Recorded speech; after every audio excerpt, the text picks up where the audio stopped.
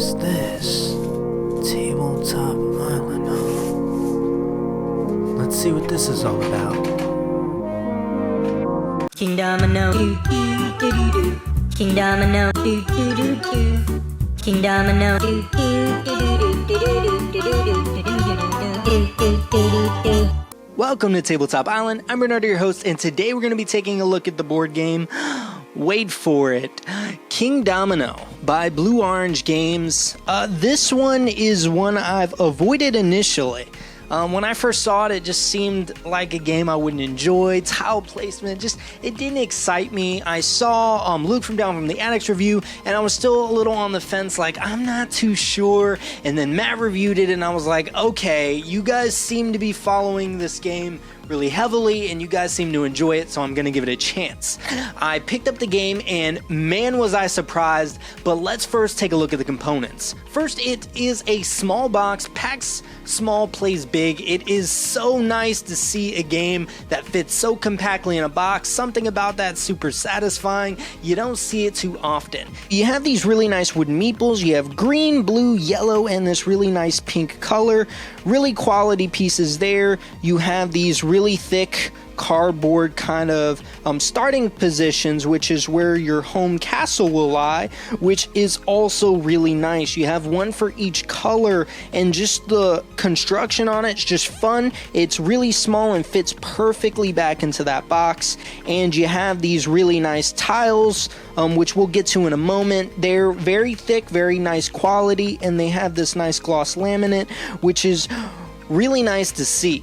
In fact, the component quality is really great, and again, it's such a small game, it's really impressive to see these little details. Even though it may not seem like much, the game is extremely fun. So you have your own little starting castle piece in the middle, or wherever it ends up being. We'll get there. So you shuffle up the tiles, and depending on the number of players, depends on the number of tiles that you use. Same with the meeples. If you end up playing a 2-player game, each of you gets 2 meeples, and if you end up playing a 3 or 4-player game, you only get 1. Now, the tiles itself, once they're shuffled and you determine how many you're using, you draw 5 tiles. Now, this is going to be the same for each game. In a 3-player game, you'll end up discarding one, but we'll get there. So you lay them out and you look at the backs. So each of the backs have a number on them. You want to make sure they're in order. So you have the 4 tiles laid out, and each player, you determine who goes first. Typically, I end up putting each meeple in their hand and have another person reach into my hand, closed fist, to pull out a meeple. That meeple will go first, and you'll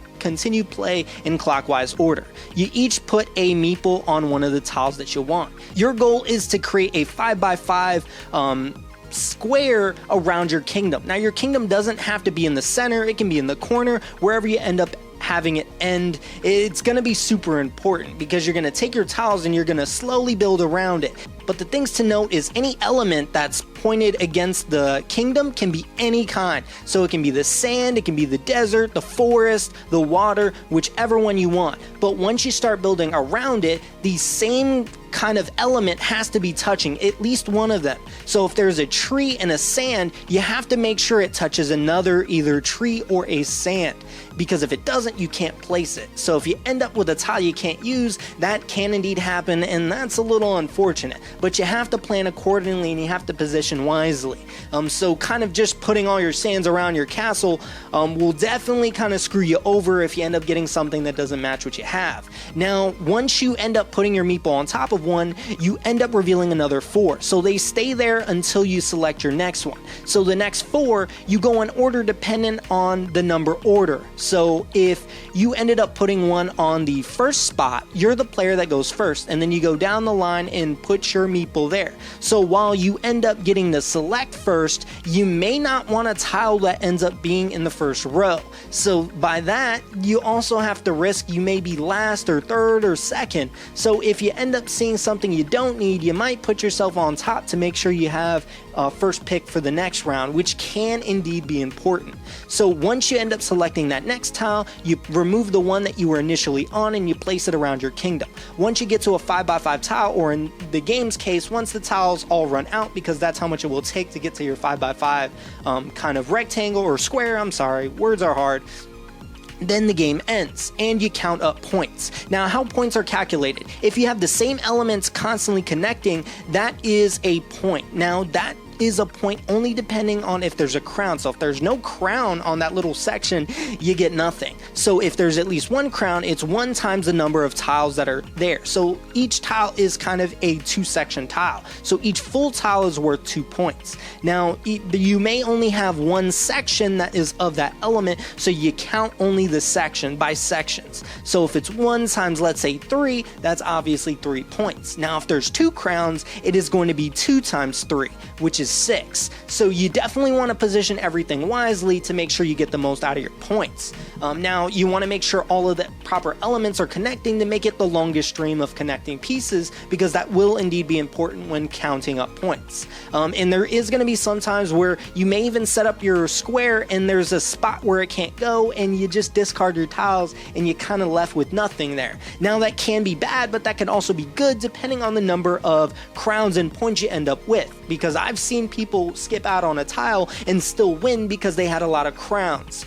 So there's a lot of back and forth in determining which ones go where, and you really have to think ahead almost. All right, so I put it here because I need to make sure I have enough space on this side in case more sand appears or whatever it may be. So there's a lot of really fun strategy, yet it's such a calm and relaxing game. I didn't feel like I was on the edge of my seat. I also didn't feel like I was thinking too hard, but thinking just enough to feel like I was creating enough of a strategy to enjoy myself, but not overthinking myself to where it felt like too chunky of a game, I guess, or crunchy is what people use, but too much going for the game to really keep my attention. It was really easy to teach, fun for the whole family, and it's such fast pace. I absolutely loved it. I think, again, it packs small, plays big, and it's just such a fun game. I have yet to get the expansion to the table, but I'm extremely excited, and I'll let you guys know on a separate video. I won't even make it a full-on kind of Monday review video. It'll just be a separate video I drop probably on like a Wednesday, just explaining my thoughts on that, and I'll even leave a link in the description for this video.